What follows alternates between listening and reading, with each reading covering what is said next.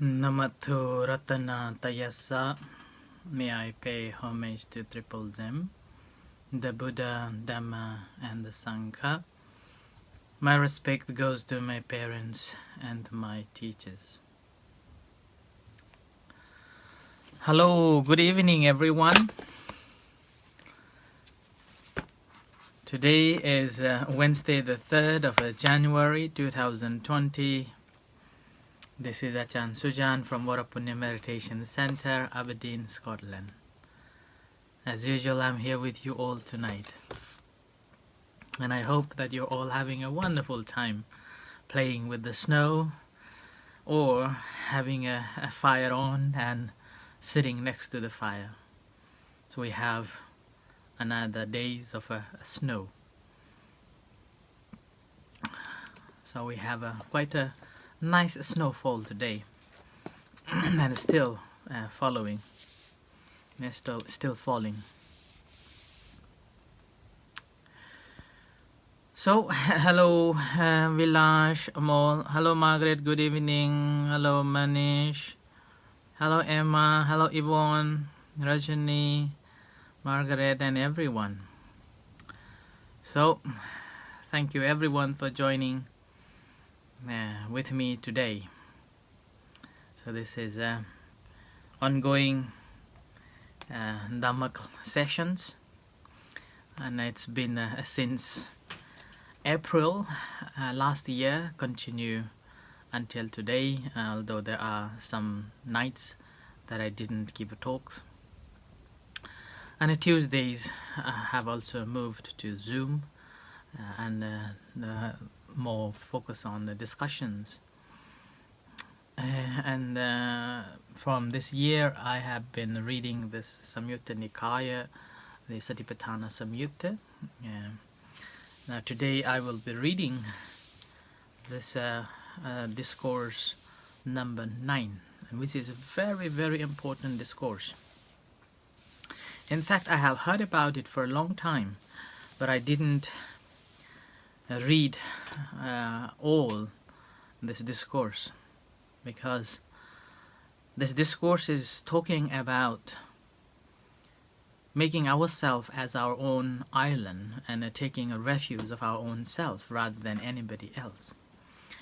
And this is also about the illness that the Buddha had, and how a Buddha used his perception and ways to deal with that illness. So, this is a quite long story, a long discourse, and I will try to explain as much as I can along the way as I read this discourse. So, thus have I heard.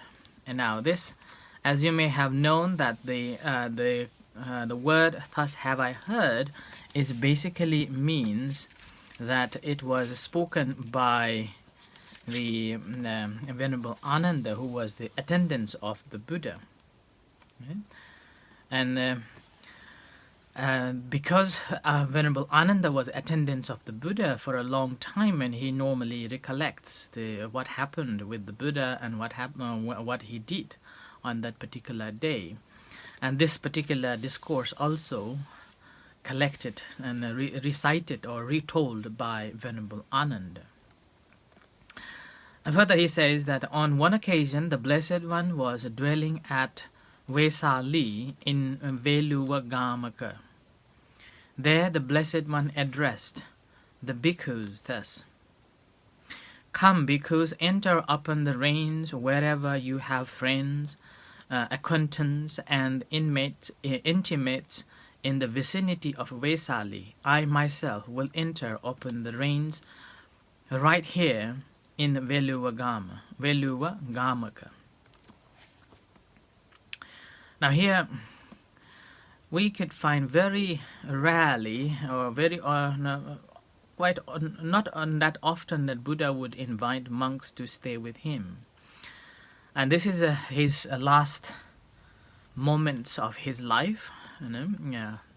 It was his almost last age.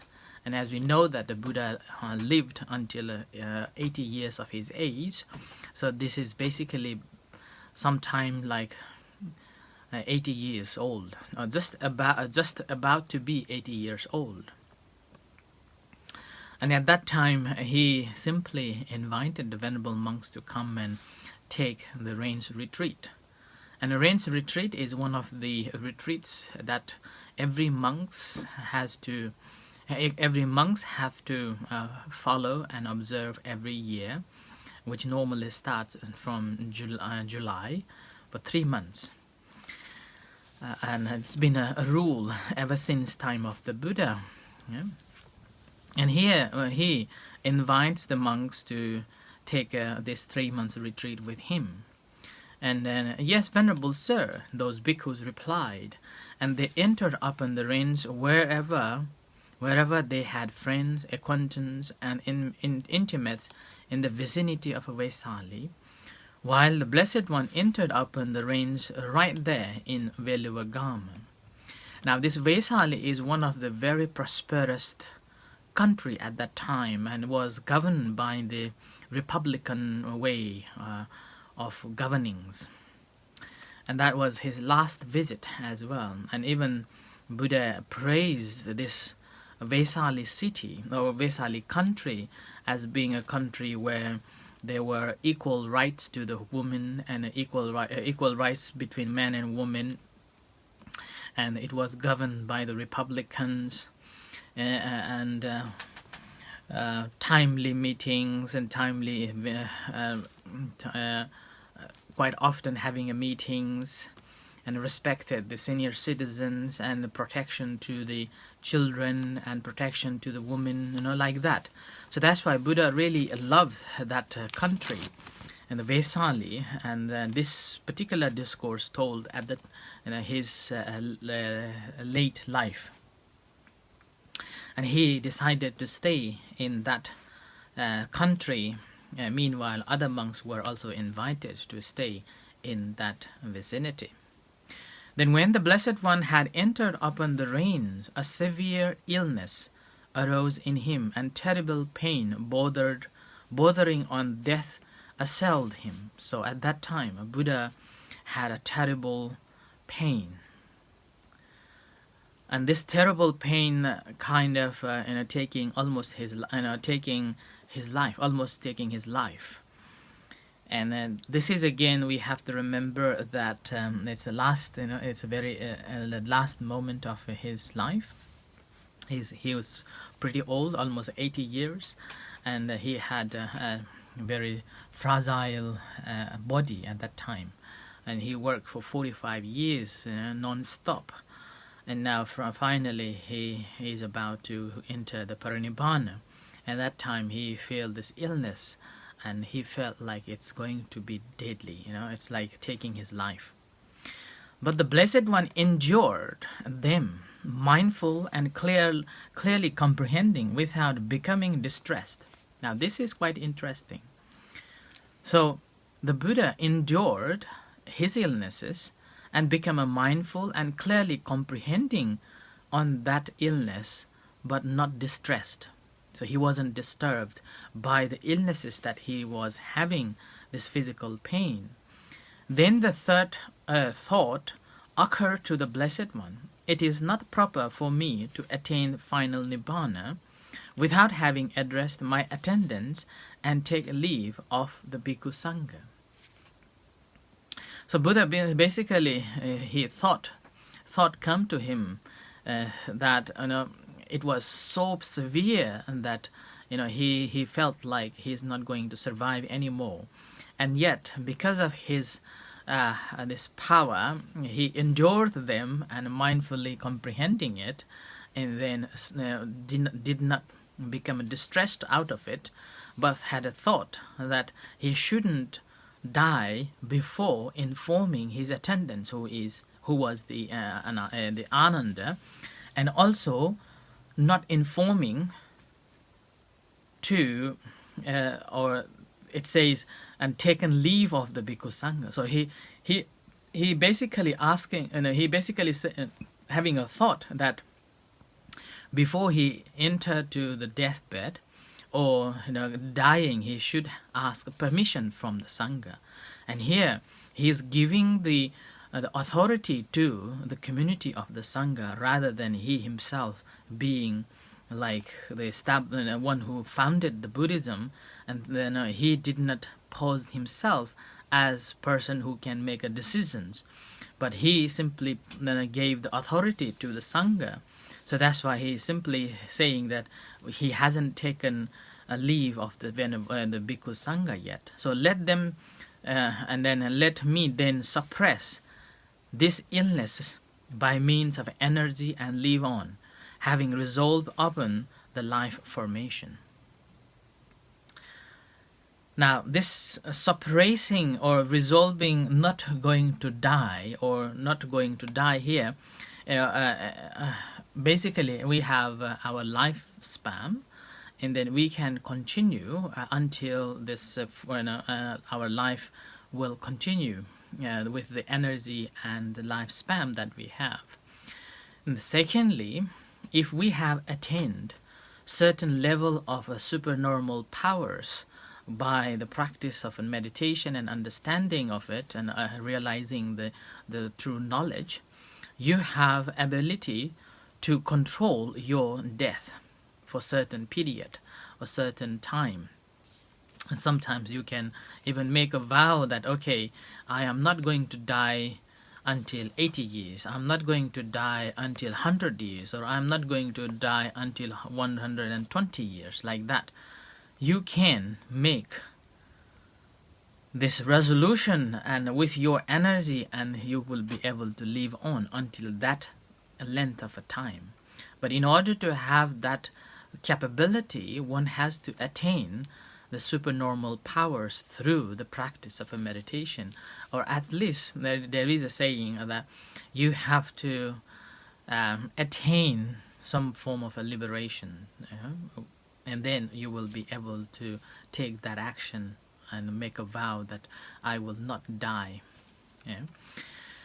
Then the Blessed One suppressed that illness by means of energy and live on, having resolved upon the life formation. So with that energy and with that energy, he lived for another couple of months. The Blessed One then recovered from that illness. Soon after he had recovered, he came out from his dwellings and sat down in the seat that had been prepared in the shade behind the dwellings. So basically, after a few moments or a few days, he recovered from illness that he had, and then he just comes out, and the Venerable Ananda then approached to the Blessed One, paid homage to him, sat down to one side, and said to him, "It is splendid, Venerable Sir, that the Blessed One is bearing up, splendid that he has recovered." So Buddha, using his energy and suppressing it, so he wasn't distressed. So it was taken as a physical pain, not the mental, and he wasn't distressed with it, and later on he was able to overcome that illness. And then Venerable Ananda, who was the attendant, felt very joyous. But Venerable Sir, when the Blessed One was ill, my body seemed as if it were dragged. I had become disorientated. The teachings were not clear to me. Nevertheless, I had this much consolation that the Blessed One would not attain final Nibbana without having made some pronouncement concerning the Bhikkhu Sangha. Now, as being attendants, it is obvious that you will be very disorientated, and you cannot focus on, and whatever you are learning, it will be very blurred. Like a few days ago, I got an email from one of our members, and she was emailing saying that her parent, one of her parents, got the cancer and probably will not last long.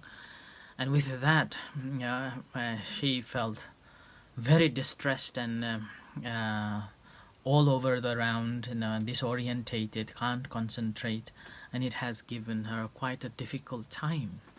So she was simply writing that email to get advice, and she also said that she does understand that meditation will help, but again, this is quite fresh, and it's very difficult to understand and accept this moment.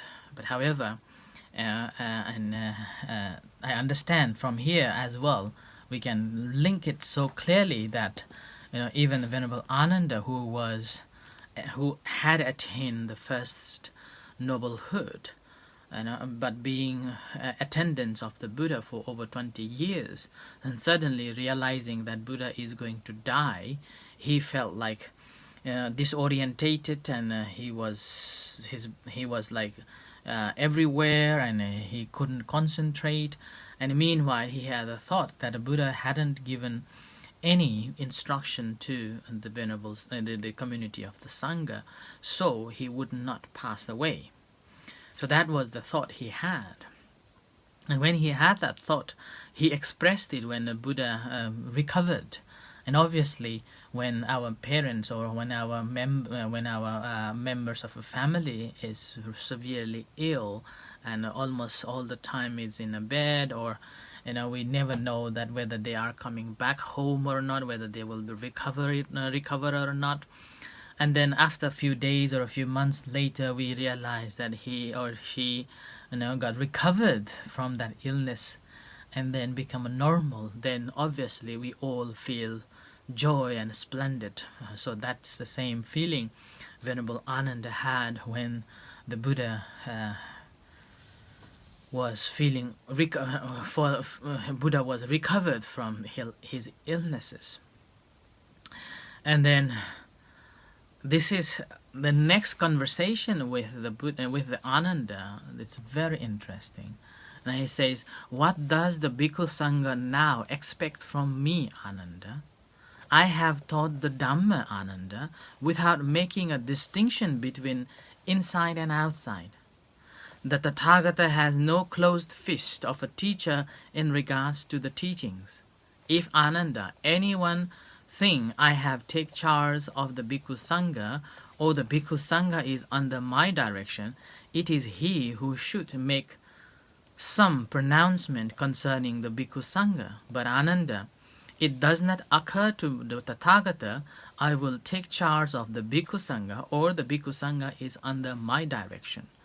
So, why should the Tathagata make some pronouncement concerning the Bhikkhu Sangha? Now I am old, Ananda, aged, burdened with years, advanced in life, come to the last stage.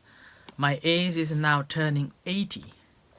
Just as an old cart keeps going by a combination of straps, so it seems the body of the Tathagata keeps going by a combination of straps." So this is one of the very, very powerful speech that the Buddha gave to the Ananda.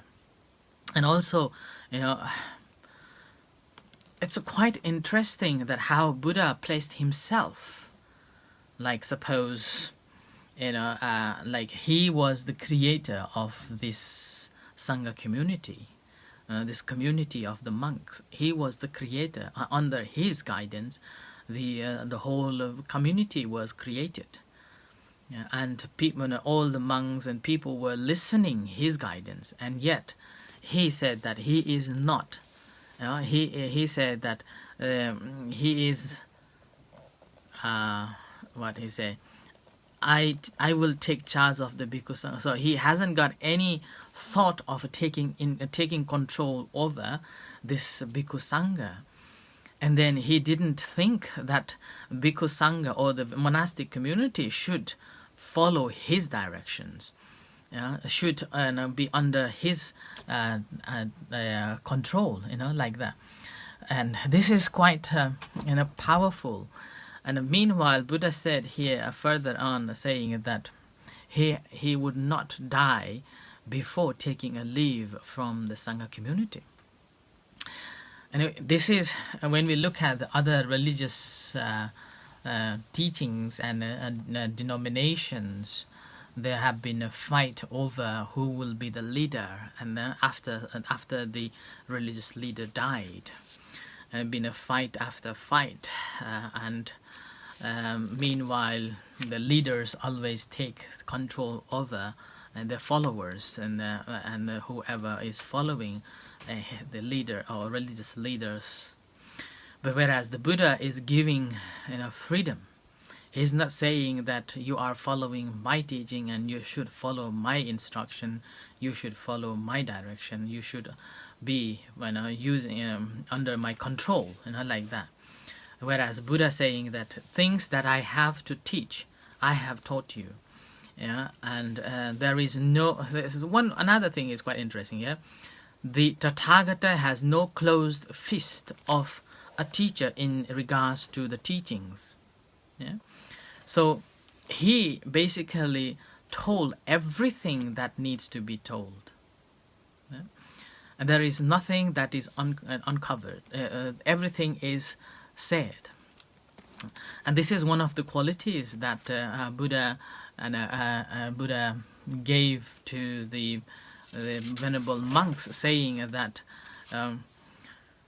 when you are teaching, you should teach with a compassion, and you should teach with the reasons, and you should not teach expecting any rewards. And when you are teaching, again, you are teaching in a gradual process.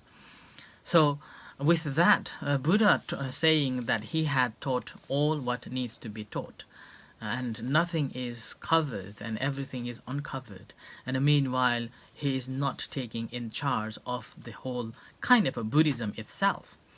He offered himself to the Buddhism, not he become the owner of the Buddhism.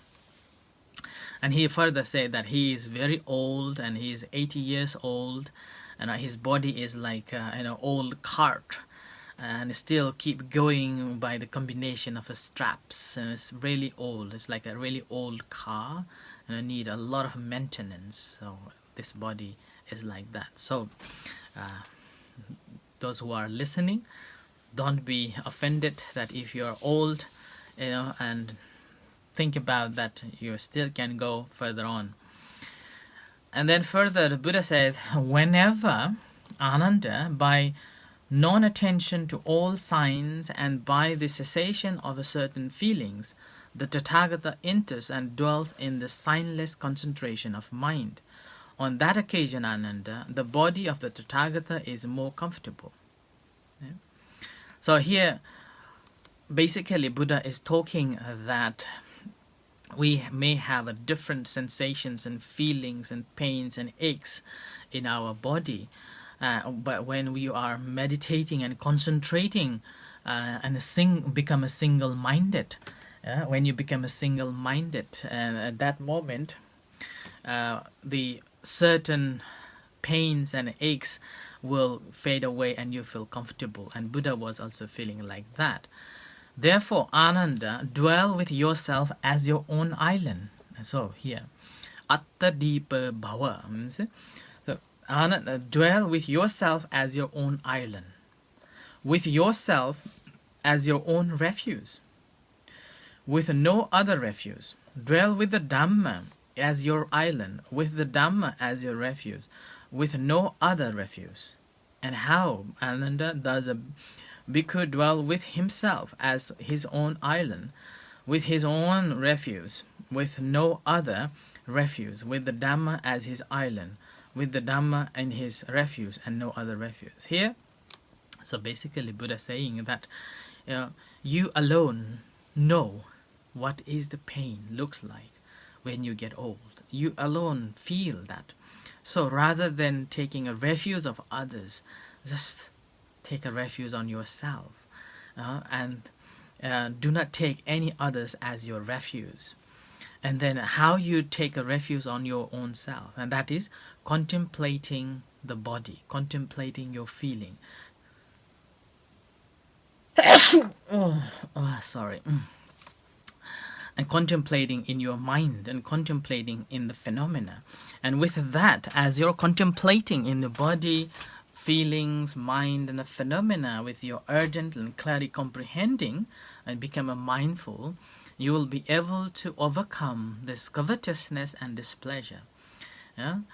When you are concentrating in this way, you are taking your own refuge. You are concentrating yourself, and this is the only you have. And again, it's not an offense. I have seen that the people in the hospitals, and I visited so many patients, in their late years. People are visiting them only certain period of time a day, but probably in a 16, 18, or maybe 20 hours a day, they are left alone. And in that moment, I always think to myself as well, that in that moment, this 20 hours of living alone, you don't need to think, or you don't need to wait for anyone. The practice of a meditation, contemplating in your body, your feelings, your mind, it's a wonderful friend you have, and you're taking a refuge to yourself, your own physical body, your own physical feelings, and mental feelings, and a mind, and you are contemplating and living in a peace and a moment of a wonderful moment that no one is disturbing you, and that is you're taking a refuge to yourself. And here Buddha further says that a person who is practicing in this way, taking a refuge on their own, and then not taking anybody else as a refuge, and these are the teachings of the Dhamma as taking a refuge, then they are the real practitioner. They are the real practitioner. The word that the Buddha said that it is these bhikkhus who will be for me topmost of those keen on the on the training. So that's why a person who is living with himself and taking themselves as their own refuge, or dwell with yourself as your own island, and with yourself as your own refuge, with no other refuge. And this is how you are developing, and finally you will be able to overcome your physical illnesses, and also the moment that you can enjoy. So Buddha had this illness, but he was able to overcome by contemplating on the body, feeling, mind, and phenomena. So I end here with this. Thank you everyone, and may you all be well and happy. Whatever illnesses may you have, endure it and overcome it, and my blessings with you to overcome. And meanwhile, may the Buddha Dhamma Sangha bless you. In a few moments time, we are going to have evening chanting and guided meditation. You are most welcome to join with us. And there will be a Zoom account as well. If you want to join the Zoom, you may join that which is previously provided. Anybody new wants to join, just text me and then I will send you the link. Until then, thank you. See you shortly. Sadhu.